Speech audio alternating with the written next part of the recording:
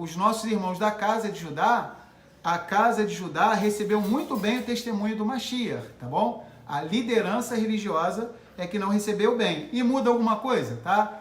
Hoje em dia, quem são as pessoas que mais se opõem, tá? Por exemplo, essa verdade que a gente anuncia, da Torá e do Messias, não são justamente os líderes religiosos das duas casas, tanto da casa de Judá, quanto da casa de Efraim, da casa de Israel? Tá? Então a gente sempre precisa entender isso. Então, Efraim perdeu a Torá e Judá perdeu o Messias. Então, vamos lá, a gente tem que dar uma acelerada, tá? Porque se a gente fosse falar sobre todos os assuntos, a gente ia ser vigília, a gente ia ter que ficar até amanhã. E hoje não é vigília, tá? É tão somente a Paraxá. Essa Paraxá aqui, a gente só vai fechar aqui alguns assuntos, tá? E vai concluir. Do versículo 18 até o 21 fala de filhos desobedientes. Quando alguém tiver um filho, quanto mais rebelde, que não obedecer à voz de seu pai e à voz de sua mãe, e castigando eles, não lhes der ouvidos, então seu pai e sua mãe pegarão nele e o levarão aos anciãos da sua cidade e à porta do seu lugar, e dirão aos anciãos da cidade: este nosso filho é rebelde, e quanto mais, não dá ouvidos à nossa voz, é um comilão e beberrão. Então todos os homens da sua cidade o apedrejarão com pedras até que ele morra. E tirarás o mal do meio de ti, para que todo Israel o ouça e tema. Porque com relação ao que a gente está vendo aqui, tá? Desse filho rebelde, né? Esse filho teimoso aí e tal, né? Por exemplo, há uns anos atrás teve uma banda mexicana que usava esse nome, Rebelde, né? Então era o que? Eles se orgulhavam de serem rebeldes, vamos dizer assim. Ou seja, então a gente vê que é uma abominação o que? O filho ser rebelde, ser teimoso, tá? Isso é uma abominação. Aí talvez alguém vai olhar e vai falar assim: poxa, mas se esse filho fosse rebelde, teimoso e não ouvisse a voz do pai e da mãe, o pai e a mãe alertaram ele e ele ainda continua na rebeldia, então muitas pessoas em Israel devem ter morrido, né? Então a boa notícia é que nunca ninguém em Israel morreu por causa desse mandamento. Por quê? Quanto mais severa é a lei, tá? Mais as pessoas passam a ter temor, tá? Quando a lei é frouxa, o povo se corrompe. Então os filhos já sabiam que o troço não ia ficar legal pro lado deles, tá? Que o pai e a mãe tinham a prerrogativa de chegar diante dos anciãos e falar: ó, esse filho nosso é rebelde, teimoso, quanto mais, não ouve a nossa voz, é comilão e beberrão, ou seja, ele seria apedrejado. Então isso fez com que durante milhares de anos os filhos passassem a ter temor ao pai e à mãe, tá bom? Agora, talvez, então não morreu ninguém, tá? Por causa disso aqui. Então, ou seja, esse mandamento incutiu um temor bem kadosh, tá? Bem santo no nosso povo de Israel. Agora, num nível mais profundo, talvez vocês pensem assim: poxa, tem filhos que são respondões, o pai e a mãe tem que falar não sei quantas vezes, é rebelde, é teimoso, e fala uma vez, e duas, e três, e 10 vezes, e continua desobedecendo. Poxa, o mandamento diz aqui que ele teria que morrer. Então, nos dias de hoje, nós não temos um Sinédrio, um Sanhedrin, tá? Estamos na Galut, nós não podemos fazer isso, tá? Ou seja, deveria ter uma liderança em Israel, os anciãos, tudo isso, tá? Nós estamos na diáspora, não podemos fazer isso, mas a Torá, ela será cumprida, tá? Então, o filho, tá? Ou a filha que for rebelde, teimoso, que não obedeceu o pai e a mãe, o que vai acontecer? Algumas áreas da vida dele, tá? Deixarão de ter vida, então ele morrerá em alguns aspectos da sua vida. Se não for no nível literal de morrer, né? Ser enterrado num caixão, num nível mais profundo, muitas áreas da vida dele, tá? Ou da vida dela, estarão morrendo, tá? Porque eles, por esse transtorno que eles estariam causando para os seus pais, tá? Para seu pai e sua mãe.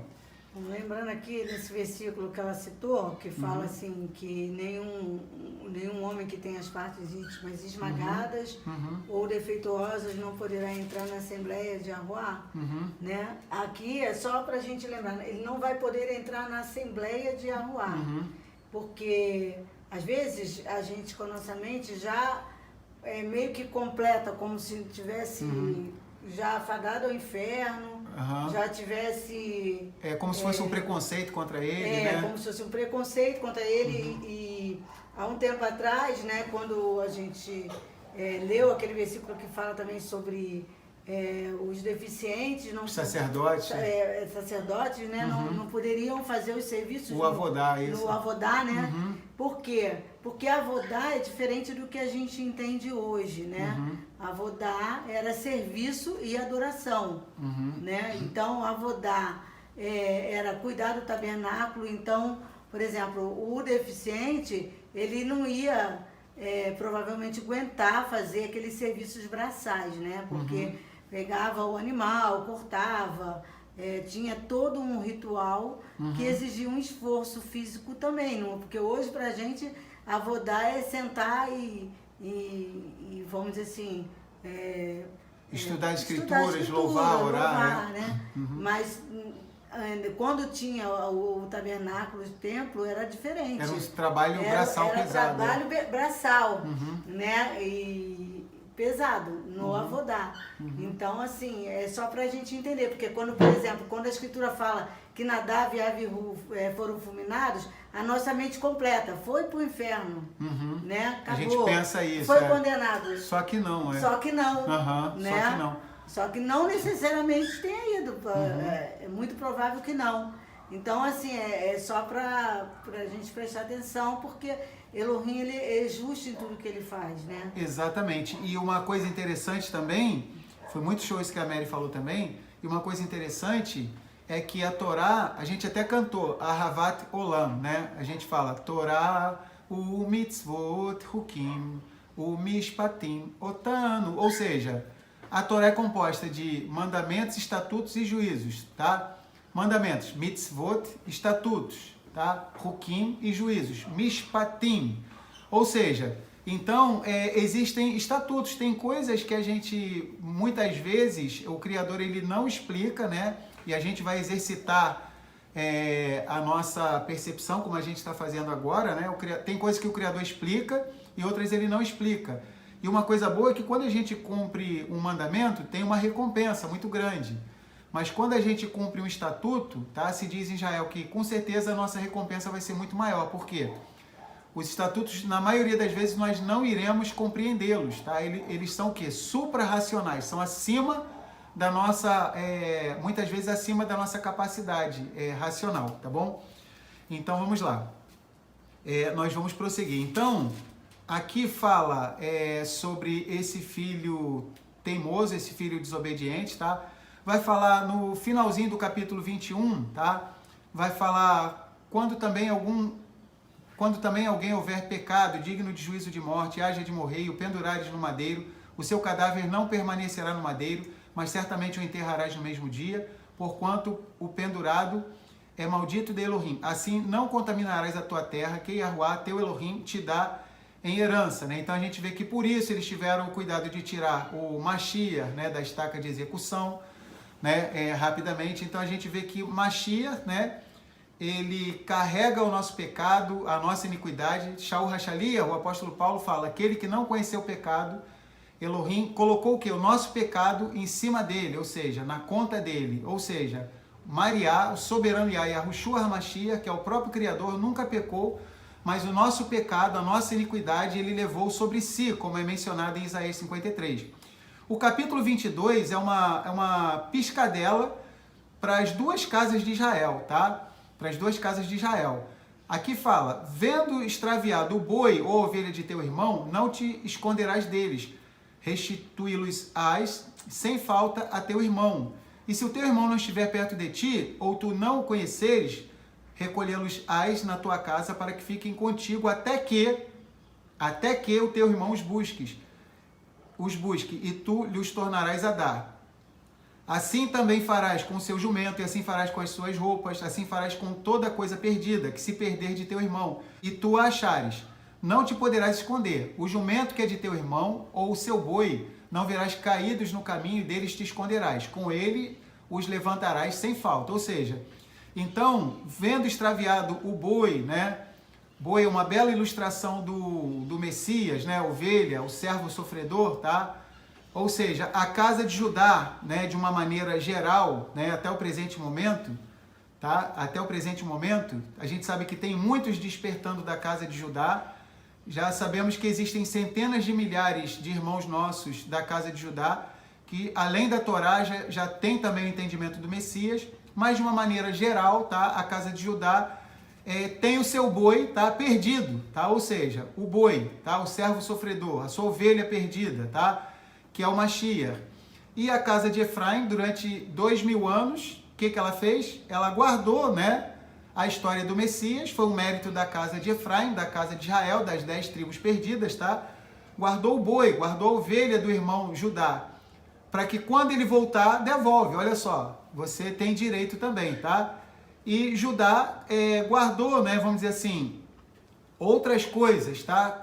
Para a casa de Israel, para a casa de Efraim. Guardou o quê? O hebraico, a Torá, as boas tradições que não violam a Torá, tá? Então, aqui é bem interessante, que mostra que as duas casas, tá? Em algum momento da história, aqui é como se o Criador já estivesse jogando de uma maneira assim, dando uma dica pra gente, que cada casa perderia algum objeto seu, mas a casa que encontrasse deveria guardar. Então, a casa de Judá guardou a Torá, que foi perdida por Efraim, porque quem recebeu a Torá no Monte Sinai não foi o povo judeu, tá? Não foi somente o povo judeu. Então a gente vai ver alguns rabinos, quando vão dar uma paraxá, né? A Torá foi dada no Monte Sinai para o povo judeu, né? Moshe era judeu, o povo que estava no Monte Sinai era judeu, e o povo judeu recebeu a Torá, né? Então, não é isso. Judá era uma entre 12 tribos, e além das 12 tribos, ainda tinha o quê? Estrangeiros lá, tá? De 70 nações que saíram do Egito, tá? Ou seja, então Efraim, outrora, tinha o quê? A Torá também, como todas as tribos, tá? Perdeu. Então Judá guardou, tá? Então foi bem útil, tá? Para os efraimitas, tá? O trabalho da casa de Judá. Assim como o contrário também. A casa de Efraim guardou a história do Messias, tá? Que no começo, os primeiros a crerem foram justamente a casa de Judá, tá? Os apóstolos, em sua grande maioria, o quê? Quase que esmagadora, se não for 100%, praticamente todos, tá?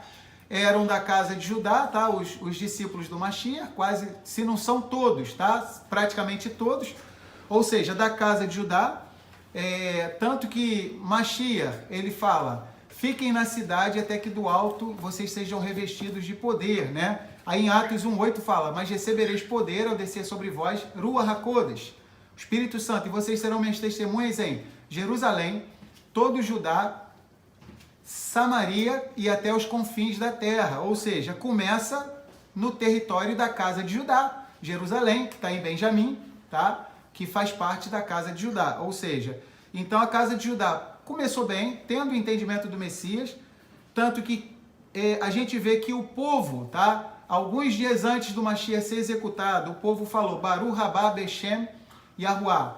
Ou seja, o Mashiach tem a sua entrada triunfal em Jerusalém, poucos dias antes da sua execução, tá?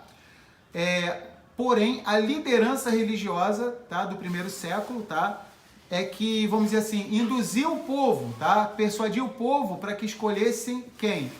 Barrabá, tá? Ou seja, Barrabás. Então, a gente vê que os nossos irmãos da casa de Judá, a casa de Judá recebeu muito bem o testemunho do Mashiach, tá bom? A liderança religiosa é que não recebeu bem. E muda alguma coisa, tá? Hoje em dia, quem são as pessoas que mais se opõem, tá? Por exemplo, essa verdade que a gente anuncia, da Torá e do Messias, não são justamente os líderes religiosos das duas casas, tanto da casa de Judá, quanto da casa de Efraim, da casa de Israel? Tá? Então a gente sempre precisa entender isso. Então, Efraim perdeu a Torá e Judá perdeu o Messias. Tem um vídeo lindíssimo, tá? Que são alguns irmãos nossos, Yahudim, judeus, que eles moram lá em Israel, e eles fazem um trabalho muito bonito junto da casa de Judá.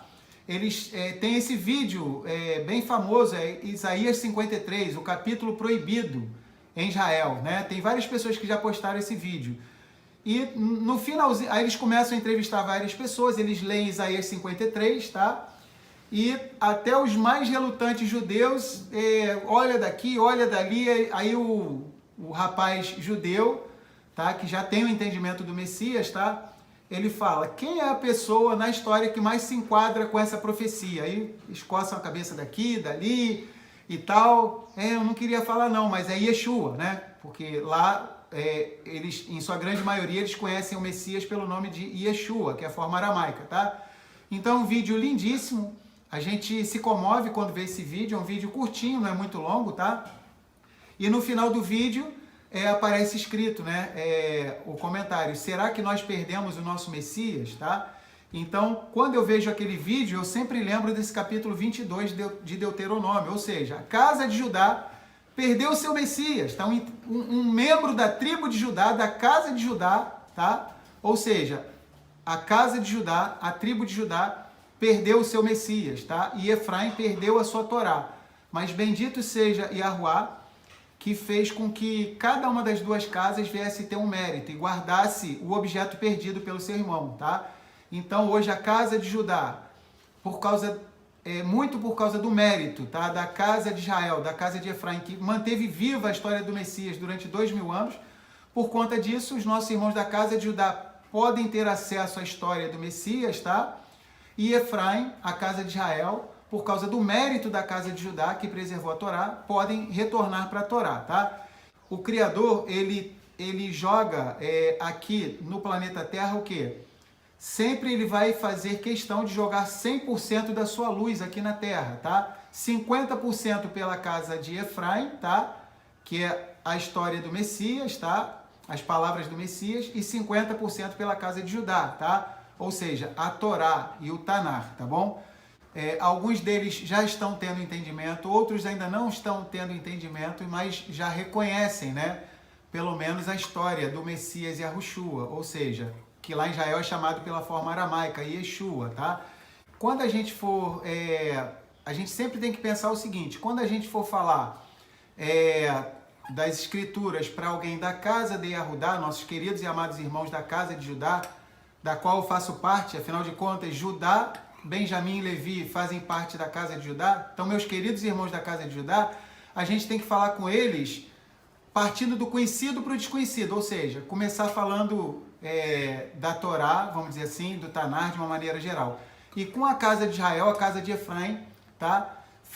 Começando pela Brit Hadashah, que é o que, vamos dizer assim, que eles focam mais, ou seja, sempre do conhecido para o desconhecido. Eu me lembrei da história de um rabino super, hiper, mega iminente entre o nosso povo de Israel, da casa de Judá, Yitzhak Kaduri, que morreu com mais de 100 anos de idade, tá? Ele morreu com mais de 100 anos de idade e ele estava doente, teve um tempo para se preparar para sua morte e ele dizia com todas as letras: o Mashiach, ele vem me visitar todos os dias aqui no hospital, no quarto do hospital. O Mashiach, ele vem me visitar.